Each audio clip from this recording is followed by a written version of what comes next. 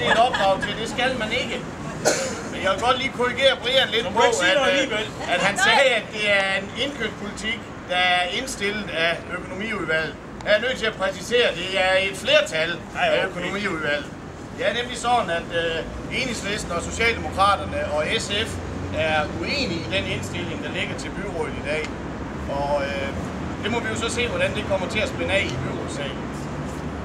For mit vedkommende så vil jeg sige, at jeg er født og opvokset i Esbjerg, og det gør sgu ondt på mig, at i den by og den kommune, som man er født og opvokset i, der skal vi leve med retningslinjer, der er så mangelfulde, som de her de ser ud til at blive, og man ikke vil sikre danske løn- og arbejdsvilkår, når vi investerer borgernes penge i både bygge- og anlægsopgaver og andre serviceopgaver, der skal løftes for kommunen.